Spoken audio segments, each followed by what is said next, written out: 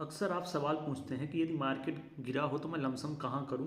यदि आप चाहते हैं कि आपका पैसा इंडिया में इन्वेस्ट हो और जैसे जैसे इंडिया ग्रो हो रहा है वैसे वैसे आपका पैसा भी तेज़ी से ग्रो हो, तो आप एक ऐसे म्यूचुअल फंड स्कीम में इन्वेस्टमेंट करें जो आपका पैसा इंडिया की टॉप कंपनीज में इन्वेस्टमेंट करे। आज हम एक कमाल के म्यूचुअल फंड की बात करेंगे जो आपका पैसा इंडिया की टॉप कंपनीज में इन्वेस्टमेंट कर रहा है। वीडियो शुरू करने से पहले एक रिक्वेस्ट, यदि आप हमारे चैनल पर नए हैं तो हमारे चैनल फाइनेंस मिरेकल को सब्सक्राइब कीजिए। चलिए फ्रेंड्स शुरू करते हैं। अब आइए फ्रेंड्स देखते हैं कि जब आप इस म्यूचुअल फंड स्कीम में अपना इन्वेस्टमेंट स्टार्ट कर देंगे तो ये आपका पैसा कहाँ कहाँ पर इन्वेस्टमेंट करेगा ये म्यूचुअल फंड स्कीम। तो ये म्यूचुअल फंड स्कीम इंडिया की टॉप कंपनीज में आपका पैसा इन्वेस्टमेंट करेगा, जिससे जैसे जैसे इंडिया ग्रो होगा वैसे वैसे आपका इन्वेस्टमेंट भी ग्रो होता चला जाएगा और आपको अच्छा रिटर्न मिलता चला जाएगा। तो यहाँ पर हम देखते हैं कि यह एनटीपीसी लिमिटेड कंपनी में अपना इन्वेस्टमेंट कर रहा है यह म्यूचुअल फंड। तो एनटीपीसी आप जान रहे हैं कि इन एनर्जी सेक्टर में इंडिया की टॉप कंपनियों में से एक कंपनी है। तो यहाँ पर जब आपका पैसा इन्वेस्टमेंट होगा तो वहाँ पर तेज़ी से आपका पैसा ग्रो होगा। इसके बाद एल&टी जो कंपनी है ये कंस्ट्रक्शन सेक्टर की एक बहुत बड़ी कंपनी है, जो जैसे जैसे कंस्ट्रक्शन सेक्टर में यह कंपनी अपना इन्वेस्टमेंट करेगी वैसे वैसे ये म्यूचुअल फंड स्कीम आपको बेस्ट रिटर्न देती चली जाएगी। वहीं आईसीआई बैंक की हम लोग बात करते हैं तो आप जानते हैं कि यह बैंक जो बैंकिंग सेक्टर में कितना अच्छा काम कर रहा है यह बैंक। तो जैसे जैसे इस बैंक में जैसे जैसे इन्वेस्टमेंट बढ़ेगा इस म्यूचुअल फंड स्कीम का वैसे वैसे आपका रिटर्न भी तेज़ी से ग्रो होगा।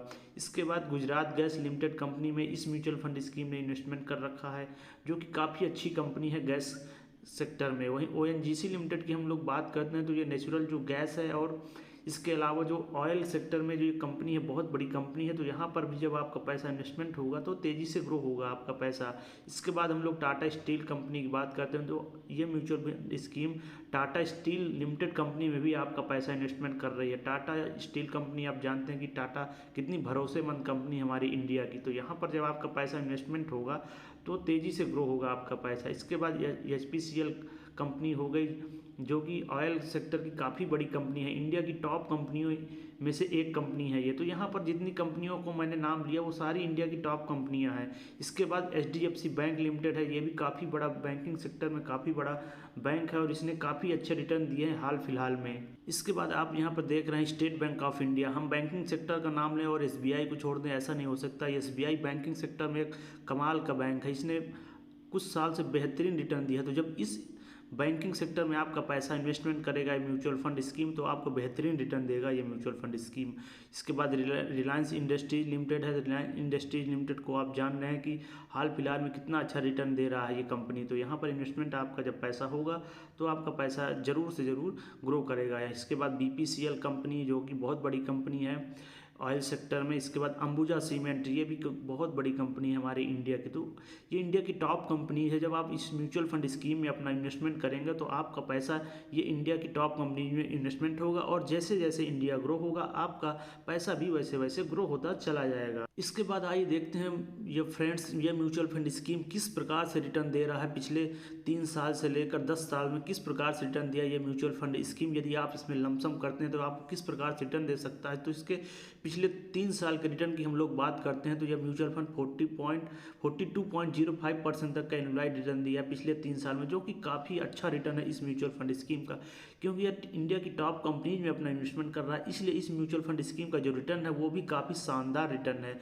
वही 5 साल के रिटर्न की बात करते हैं तो 27.06% के हिसाब से एनुअलाइज्ड रिटर्न दिया है, जो कि 5 साल में काफ़ी बेस्ट रिटर्न देने वाले म्यूचुअल फंड स्कीम है।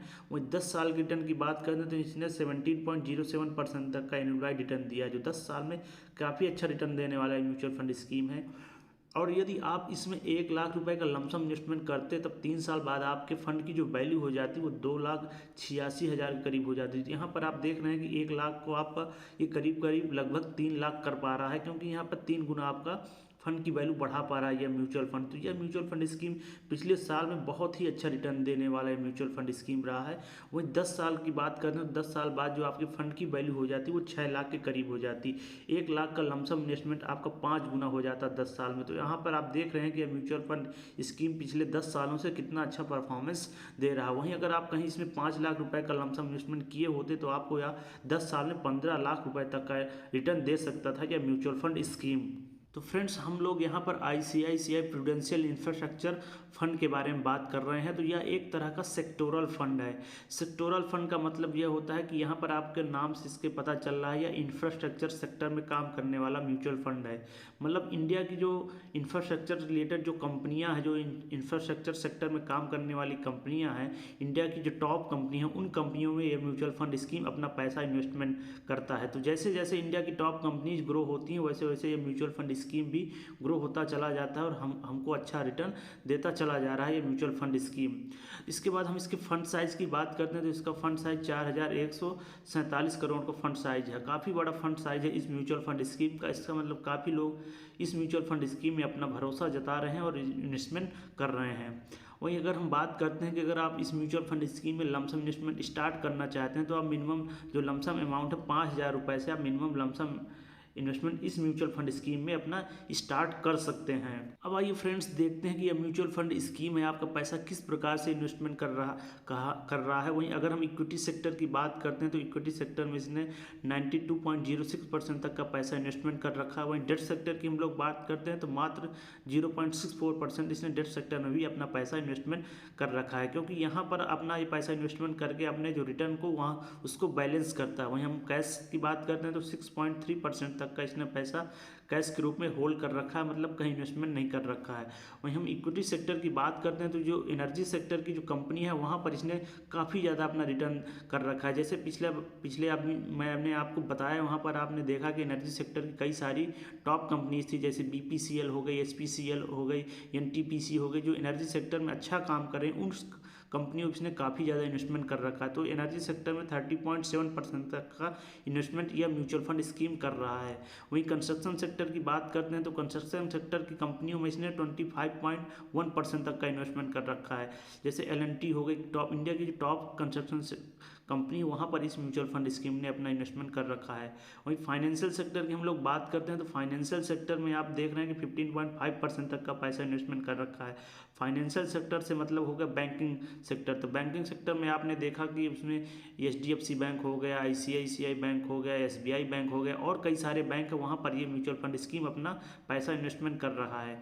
वहीं मेटल एंड माइंस की बात करते हैं तो यहाँ पर अब मैंने आपको बताया कि ये टाटा जैसी बड़ी कंपनियों में अपना इन्वेस्टमेंट कर रहा है, वहाँ पर इसने 5.6% तक का इन्वेस्टमेंट अपना कर रखा है। वहीं सर्विस सेक्टर की हम लोग बात करते हैं तो सर्विस सेक्टर में इसने 6% तक का पैसा इन्वेस्टमेंट कर रखा है। तो यह म्यूचुअल फंड स्कीम जो है इंडिया की टॉप कंपनीज में अपना इन्वेस्टमेंट कर रखा है। तो जैसे जैसे इंडिया ग्रो होगा वैसे वैसे यह म्यूचुअल फंड स्कीम भी ग्रो होती चली जाएगी। फ्रेंड्स, यदि आप लमसम इन्वेस्टमेंट करना चाहते हैं तो आप अपने फाइनेंशियल गोल के अकॉर्डिंग म्यूचुअल फंड स्कीम का सिलेक्शन करके इन्वेस्टमेंट स्टार्ट कर सकते हो। वीडियो यदि अच्छा लगा हो तो इसको लाइक कीजिए। ठीक है गाइज, मिलता हूँ नेक्स्ट वीडियो में एक नए टॉपिक के साथ। Take care, bye.